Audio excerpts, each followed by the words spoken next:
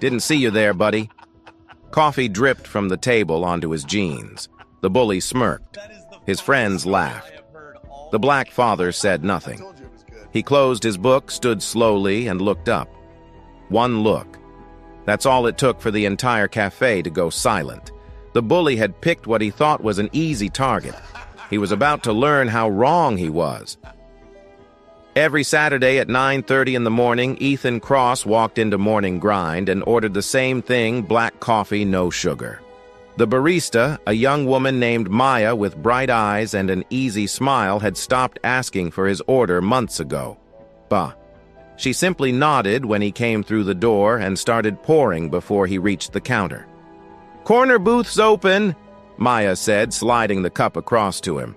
"Your throne awaits Mr. Mysterious." Ethan allowed himself a small smile. Appreciate it. He made his way to the back of the cafe, passing a handful of early risers hunched over laptops and newspapers. The corner booth sat against the wall, tucked beside a window that overlooked the quiet suburban street outside. Ethan slid into the seat with his back against the wall facing the entrance. It was a habit he had never been able to shake, even after 4 years of civilian life. Old instincts died hard. He pulled a worn paperback from his jacket pocket and set it on the table. The spine was cracked, the pages yellowed. Meditations by Marcus Aurelius. He had read it so many times the words had become part of him, but he kept returning to it anyway. There was comfort in the familiar. The cafe smelled like roasted beans and cinnamon pastries. Soft jazz played from speakers mounted in the corners. Outside, a woman pushed a stroller down the sidewalk while her golden retriever trotted alongside. Ethan watched them pass, then turned his attention to the book. This was his ritual. 1 hour of silence before he picked up Zoe from her piano lesson at 11. 1 hour where he could pretend the world was as peaceful as this little cafe made it seem. He thought about his daughter probably sitting at the piano right now with her tongue poking out the corner of her mouth, the way it always did when she concentrated. 8 years old, and already more determined than most adults he had known. She had inherited that from her mother, Lena. The name surfaced in his mind like it always did, unbidden but not unwelcome. 4 years since the cancer took her, and the grief had softened into something he could carry without breaking. Most days, anyway. He remembered her voice in those final weeks, weak but unwavering, her hand gripping his with surprising strength. "Promise me something," she had whispered.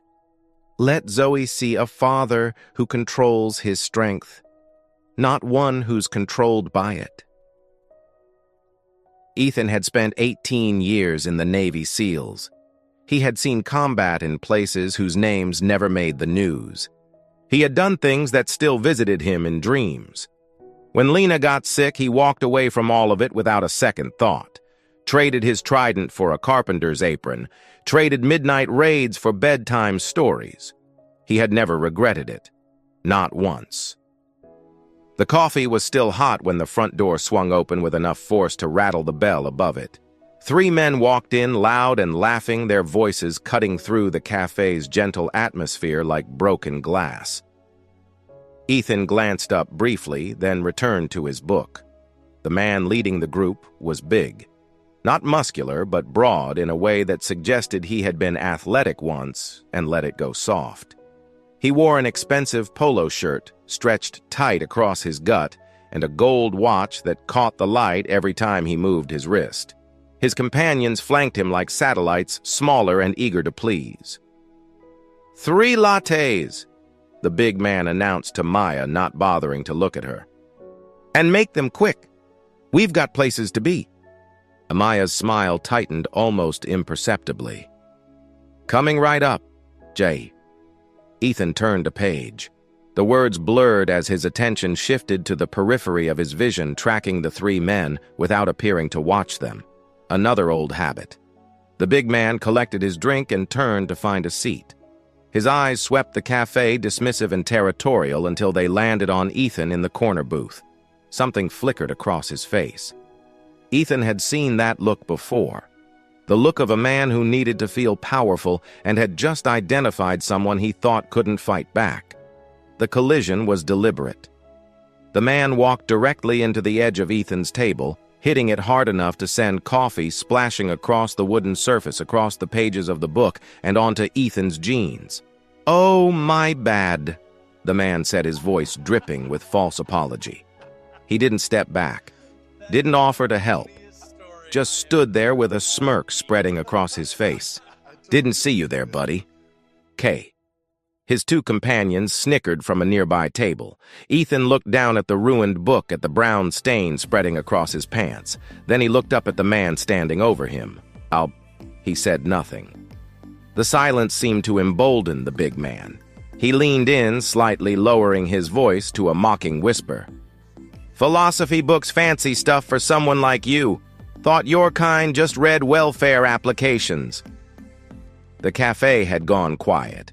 Ethan could feel eyes on him, curious and uncomfortable. No one spoke. No one moved. "Name's Miller, by the way," the man continued, clearly enjoying himself. "Since you're probably wondering who just ruined your morning." Ethan closed the book slowly and set it aside.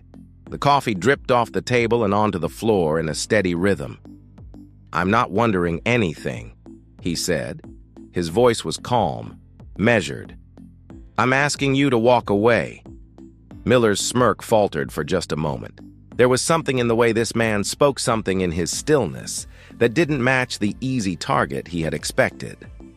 But the hesitation passed quickly. His friends were watching.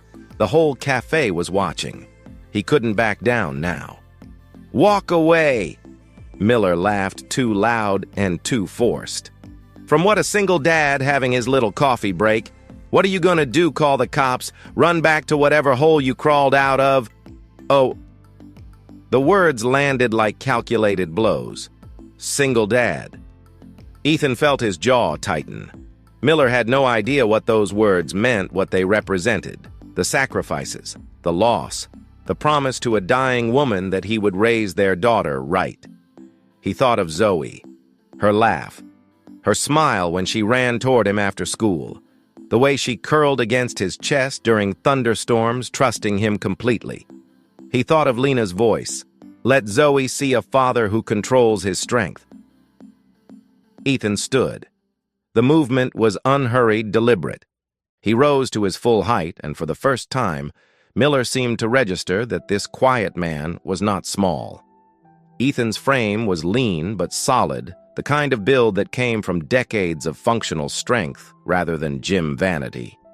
A faded scar ran along his left forearm, visible now that he had pushed up his sleeves. "I don't want trouble," Ethan said quietly. "I just want to finish my coffee and pick up my daughter, so I'm going to ask you one more time. Walk away."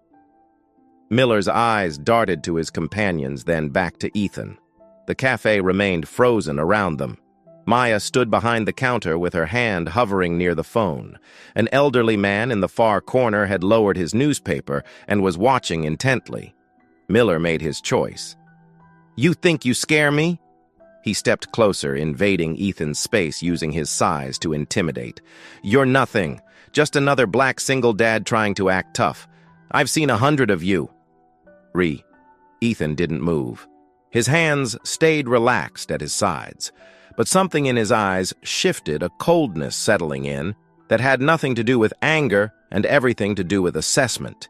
He was reading Miller now, evaluating, calculating. Miller mistook the stillness for submission. He placed his palm flat against Ethan's chest and shoved. Ethan took one step back to absorb the force. Then he stood firm. "Last chance," he said, and his voice had dropped to something barely above a whisper. "You don't want to do this." But Miller was already past listening. His pride had been wounded. His audience was watching. He had committed to a path, and men like him never knew when to stop. "Or what?" He shoved again, harder this time. "What's a guy like you gonna do about it?" Sss. Ethan felt the wall press against his back. He had run out of room to retreat. The old familiar calm descended over him, the same calm he had felt in 100 firefights in moments where hesitation meant death. He looked at Miller, and for the first time he let the mask slip. Just a little. Just enough. "You have no idea who you're talking to." Miller's smirk flickered uncertainty crossing his features for just a fraction of a second before his bravado reasserted itself. He glanced back at his companions. Two men Ethan had already cataloged as followers rather than fighters. They sat at their table with lattes growing cold, watching the confrontation with the eager anticipation of spectators at a blood sport. "Derek Scott, you hear this guy?" Miller called out, his voice loud enough for the entire cafe to hear. "He thinks he's somebody." The two men laughed on cue, but there was nervousness in the sound. They had seen their boss bully plenty of people before, but something about this situation felt different. The quiet man against the wall wasn't reacting the way targets usually did. Miller turned back to Ethan, emboldened by his audience. He stepped closer, close enough that Ethan could smell the artificial sweetness of his latte on his breath. "You know what I think," Miller said, lowering his voice to a conspiratorial hiss. "I think you're exactly what you look like. A broke single dad pretending he's got some kind of dignity. Wife probably got smart and left you right, found someone better. V." The words hit deeper than Miller could possibly know. Ethan felt something twist in his chest, a cold fury that he immediately clamped down on. His breathing stayed even. His hands stayed still. But behind his eyes, images flashed unbidden Lena in the hospital bed, her beautiful face hollowed by illness, her hand reaching for his as the monitors beeped their final warnings. "Don't," Ethan said quietly. Miller heard the word but not the warning behind it. He leaned in even closer. "Don't what? Tell the truth, come on, man. We both know how this goes. You're gonna stand there and take it because that's what guys like you do. You don't have the guts to X." "Hey!" The voice came from across the cafe. Both men turned to see an elderly man rising from a corner table, his newspaper abandoned beside an empty coffee cup. He was thin and weathered, with white hair cropped short in a style that spoke of military discipline even decades after service. His movements were stiff with age, but there was steel in his spine as he approached. "That's enough," the old man said firmly. "Leave him alone." Miller's face contorted with annoyance. "Mind your own business, Grandpa. This doesn't concern you." "I'm making it my concern." The old man stopped a few feet away, his pale blue eyes moving between Miller and Ethan with the measured assessment of someone who had seen conflict before. "Whatever problem you think you have, it's not with this man. Walk away." Miller's companion Derek rose from his seat, moving to intercept. "You heard him, old-timer. Back off before you get hurt." What happened next was quick. Derek reached out to push the elderly man aside, his palm connecting with the old man's shoulder. The force wasn't much, but it was enough to make him stumble backward, his hip catching the edge of a table. Zer. Ethan moved. He didn't think about it. 18 years of training had wired certain responses directly into his nervous system, bypassing conscious thought entirely. One moment he was standing with his back against the wall. The next he was at the old man's side, one hand steadying his arm, his body positioned between the elderly stranger and Derek. You okay?" Ethan asked, his voice low and controlled. The old man nodded, but his eyes had fixed on Ethan with sudden intensity. As Ethan had reached out to steady him, his sleeve had ridden up, exposing the inside of his wrist. There, partially hidden by the band of his watch, was a small tattoo. A skeletal frog, its bones arranged in the shape of a trident. The bone frog, the memorial symbol for fallen Navy SEALs. The old man's breath caught almost imperceptibly. He looked up at Ethan's face, then back at the tattoo, then up again. Something shifted in his expression, a recognition that went beyond the surface. Ebb. "You served?" he said quietly. It wasn't a question. Ethan didn't answer. He helped the man straighten up, then turned back to face Miller and his companions. The cafe had gone absolutely silent. Maya stood frozen behind the counter, her hand finally touching the phone she had been hovering near. A young woman at a nearby table had raised her cell phone, recording everything with trembling hands. Aka. Miller had watched the exchange with growing confusion. The easy target he had selected was proving to be something else entirely, and the situation was slipping out of his control. But rather than reassess, rather than recognize the danger signs, he doubled down. "Touching," he sneered. "The welfare case saves the senior citizen. What a hero!" He moved toward Ethan, his larger frame intended to intimidate. "Here's what's going to happen," Miller said, jabbing a finger toward Ethan's chest. "You're going to apologize for wasting my time. Then you're going to pick up your little philosophy book and get out of my sight. And maybe if you're lucky, I won't follow you out to the parking lot and finish what we started." Add. Ethan watched the finger approaching his chest. In his mind, he mapped out 17 different ways to break it. "I'm going to say this once," Ethan said. His voice had changed. The warmth was gone, replaced by something flat and clinical. "You need to step back. Right now." Miller laughed, but it came out wrong, too high and too sharp. "Or what? That's not a threat. It's information." The old man had moved back toward the tables, but he hadn't retreated far. He stood watching with an expression that mixed concern with something else, something that might have been anticipation. "Son," he called out to Miller, his voice carrying the rasp of age but none of its weakness. "I don't know what your problem is, but you need to listen to him. Trust me on this." Miller didn't even look at him. His attention was fixed on Ethan, on this man who refused to cower, who refused to break. "I'm done talking," Miller said, and his hand shot out to grab Ethan's collar. Ethan caught the wrist before it reached him. The movement was economical, almost lazy, but suddenly Miller found his arm twisted at an angle that sent white-hot pain shooting up to his shoulder. He gasped, his knees buckling slightly, his other hand scrabbling uselessly at Ethan's grip. "Let go of me," Miller hissed through clenched teeth. "Not yet." Ethan's voice remained perfectly calm. "First, you're going to apologize to that man for shoving him.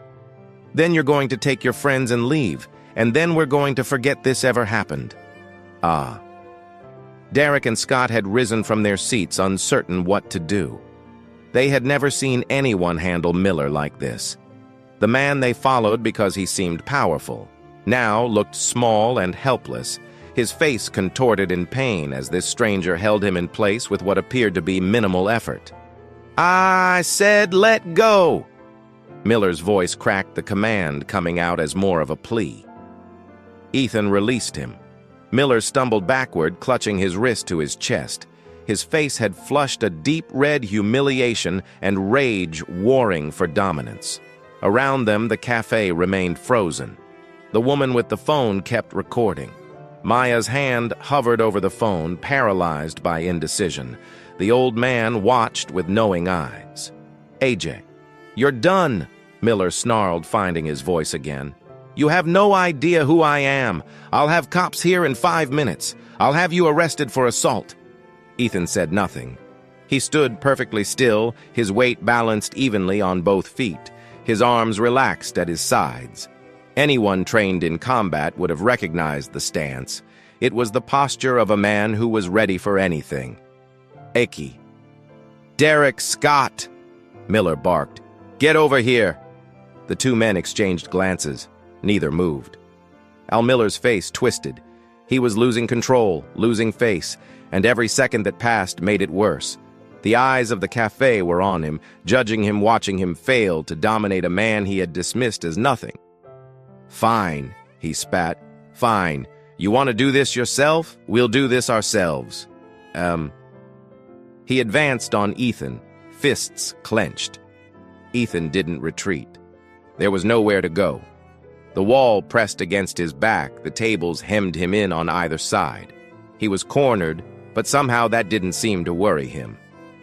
"Walk away," Ethan said one final time. "I'm giving you this chance because I don't want trouble. But if you swing at me, I will put you on the ground. That's not a threat. That's a promise." And Miller heard the words, but pride had deafened him to reason. He had been embarrassed. He had been defied. In front of witnesses, in front of his own people, a man he had dismissed as worthless had made him look weak. There was only one way to restore his dignity. His right fist came around in a wide-looping haymaker aimed at Ethan's jaw. It was the punch of an amateur, someone who had won fights through intimidation rather than skill. Telegraphed, clumsy, and slow. To Ethan, it might as well have been moving underwater. He shifted his head 2 inches to the left. The fist sailed past his ear, disturbing the air, but nothing else. Miller's momentum carried him forward off balance and overextended. In the space between heartbeats, Ethan moved. His left hand intercepted Miller's wrist, guiding the failed punch further off course. His right hand came up under Miller's elbow, applying pressure to the joint in a way that made resistance impossible. He pivoted his hips, using Miller's own weight against him, and suddenly the larger man was spinning his feet, tangling his center of gravity, betraying him. Miller hit the floor hard. The impact drove the air from his lungs in a whoosh. Before he could recover, Ethan was on him. One knee pressed into the small of his back. One hand pinned his wrist behind him at an angle that promised broken bones if he struggled. The other hand pressed down on the back of his neck, not choking, just controlling. The whole sequence had taken less than 4 seconds. Aki. The cafe erupted in whispers. Someone gasped. A coffee cup clattered against a saucer. The woman with the phone nearly dropped it, her hands shaking so badly the footage would probably be blurred. Derek and Scott stood paralyzed, their faces pale. They had seen bar fights, they had seen street brawls, but they had never seen anything like this. The man on top of Miller hadn't fought. He had dismantled. Every movement precise, every action purposeful, with no more emotion than a mechanic disassembling an engine. "Stay down," Ethan said quietly. His voice was steady, conversational even. "Don't move, don't speak. Just stay down until the police arrive." Miller's face was pressed against the floor coffee, and dust smeared across his cheek. He writhed once, testing Ethan's grip, and immediately went still as pain lanced through his shoulder. "Who the hell are you?" he managed to gasp, as Ethan didn't answer. The old man approached slowly. He looked down at Miller, then up at Ethan, and something like a sad smile crossed his weathered face. "Seal?" he asked quietly. Ethan met his eyes but said nothing. The silence was answer enough. Maya had finally picked up the phone. Her voice trembled as she spoke to the dispatcher, describing what she had witnessed with the halting uncertainty of someone whose worldview had just shifted on its axis. The young woman with the recording had lowered her phone, staring at Ethan as if seeing him for the first time. Derek and Scott had not moved from where they stood, frozen by an instinct older than thought, the prey response that recognizes a predator and knows better than to attract its attention. Minutes passed. They felt like hours. Ethan maintained his position without apparent effort. His breathing was slow and even. His heartbeat, if anyone could have measured it, would have registered barely above resting. This was what 18 years of training had given him, the ability to wait, to endure, to remain utterly calm in the eye of any storm. He thought about Zoe, about the promise he had made to pick her up at 11. He glanced at the clock on the cafe wall. 9:57. He had time. He would always have time for her. He thought about Lena, about her voice, her smile, the way she had looked at him when he came home from deployment. Equal parts relief and reproach. She had worried about him constantly, worried that the violence would follow him home, worried that the man she married would be consumed by the warrior she had fallen in love with. "I'm still here," he thought. "I'm still the man you believed in." On the floor beneath him, Miller had stopped struggling. His breath came in ragged gasps, his earlier bravado replaced by something that looked suspiciously like fear. For the first time in perhaps his entire adult life, he had encountered a situation that his money, his position, and his size could not control. Sirens wailed in the distance, growing closer. The old man settled into a chair nearby. "Vietnam," he said to no one in particular. "1st Cavalry Division, 68 to 70. He looked at Ethan. "I know what it looks like. A man who's seen the elephant. You never really lose it, do you?" Ethan adjusted his grip slightly, keeping Miller immobilized without causing unnecessary pain. "No, sir," he said softly. "You never do." The sirens grew louder, then stopped. Doors slammed outside. Footsteps approached. 2 officers pushed through the cafe door, hands resting on their belts as they assessed the scene. The older one moved with the deliberate calm of experience, his eyes sweeping the room before settling on Ethan and the man pinned beneath him. His nameplate read, Rodriguez. His partner, a younger officer named Thompson, hung back near the entrance, one hand hovering near his radio. "Everyone stay where you are," Rodriguez announced. His voice carried authority without aggression. "Someone want to tell me what happened here?" Maya spoke first, her words tumbling out in a rush. "The man on the floor started it. He knocked over this gentleman's coffee on purpose, said terrible things, pushed an elderly customer, and then threw a punch. The other man was just defending himself. I saw everything." The young woman with the phone stepped forward, holding up her device. "I recorded the whole thing. He's telling the truth. That guy on the ground swung first." Rodriguez nodded slowly, processing the information. He approached Ethan, stopping a few feet away. "Sir, I'm going to need you to release him and step back. Nice and slow." Ethan complied without hesitation. He lifted his knee from Miller's back, released his grip on the pinned wrist, and rose to his feet in one fluid motion. He took 3 steps backward, putting distance between himself and Miller, then raised his hands to shoulder height, where both officers could see them clearly. Miller scrambled up from the floor, his face a mask of rage and humiliation. Coffee stains smeared his expensive polo. His hair was disheveled, and a red mark was forming on his cheek where it had pressed against the floor. "Arrest him!" Miller shouted, jabbing a finger at Ethan. "He attacked me!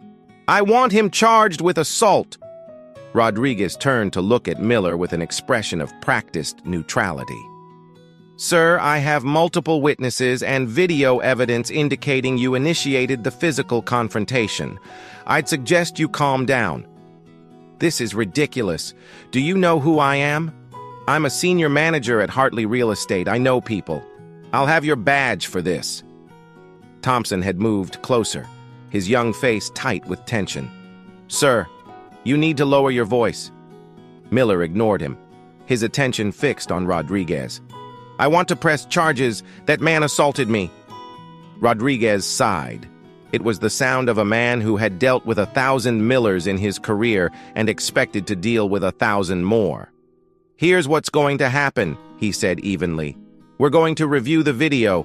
We're going to take statements from witnesses.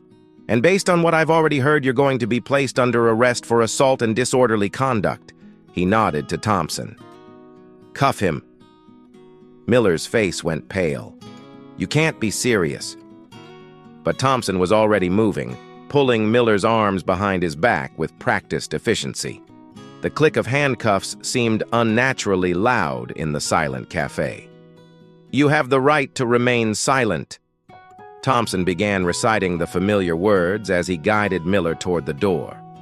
"This isn't over," Miller shouted over his shoulder. "I'll sue everyone in this room. You'll hear from my lawyer." The door swung shut behind them, cutting off his threats. Derek and Scott had already slipped out during the commotion, abandoning their leader to face the consequences alone. Rodriguez turned back to Ethan, studying him with renewed interest. In the movement of raising his hands, Ethan's sleeves had ridden up past his wrists. The bone frog tattoo was fully visible now, and beside it, partially extending up his forearm, was another tattoo, the words SEAL Team 3, arched above a trident with a motto inked below in small, precise letters. "The only easy day was yesterday." Rodriguez's expression shifted.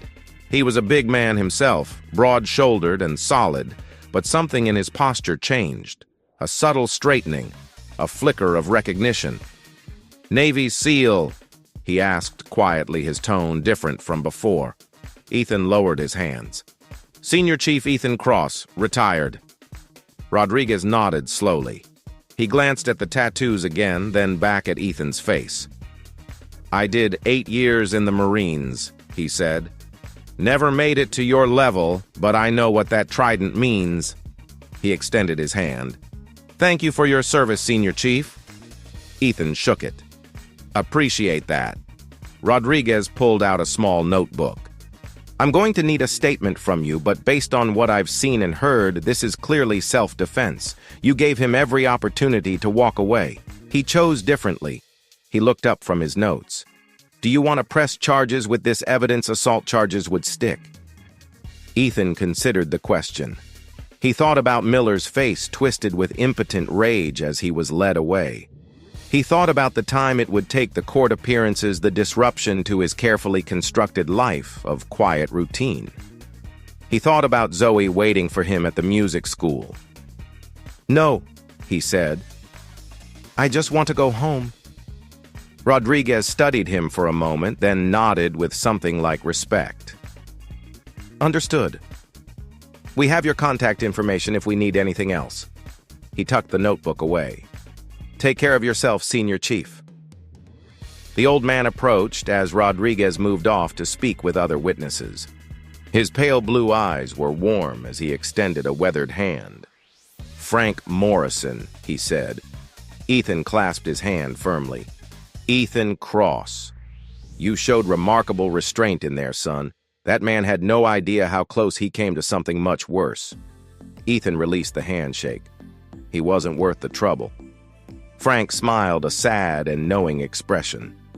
"No, they never are." He patted Ethan's shoulder, once the gesture carrying decades of shared understanding. "You take care of that little girl of yours. That's the mission that matters now." "Yes, sir." Maya appeared at Ethan's elbow, holding a paper cup with a cardboard sleeve. Steam rose from the opening. "Black coffee, no sugar," she said, offering it to him. "On the house. Actually, on me." Her eyes were wide still, processing what she had witnessed. "I had no idea you were... you always seemed so quiet." Ethan accepted the cup with a small smile. "Quiet is the goal."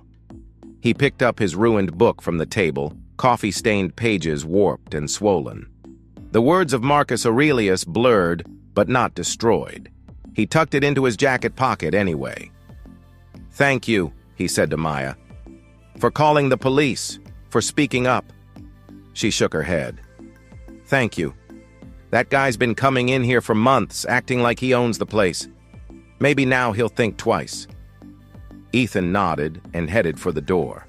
The cafe had begun to return to normal conversations, resuming in hushed tones, the ordinary rhythm of Saturday morning reasserting itself. But eyes followed him as he walked out, and he knew that for these people, for this one small corner of the world, the story of what happened here would be told and retold for a long time. He didn't care about that. He had somewhere to be. The drive to the music school took 12 minutes. Ethan pulled into the parking lot at 10:58, 2 minutes before Zoe's lesson ended. He turned off the engine and sat in the silence, letting the tension drain from his muscles. His hands were steady on the steering wheel. His breathing was slow and even. But inside, something was settling, a storm that had been stirred now, finding calm water again. He thought about Lena, about the promise he had made in that hospital room, her fingers intertwined with his, her voice barely a whisper, but her words carved into his soul.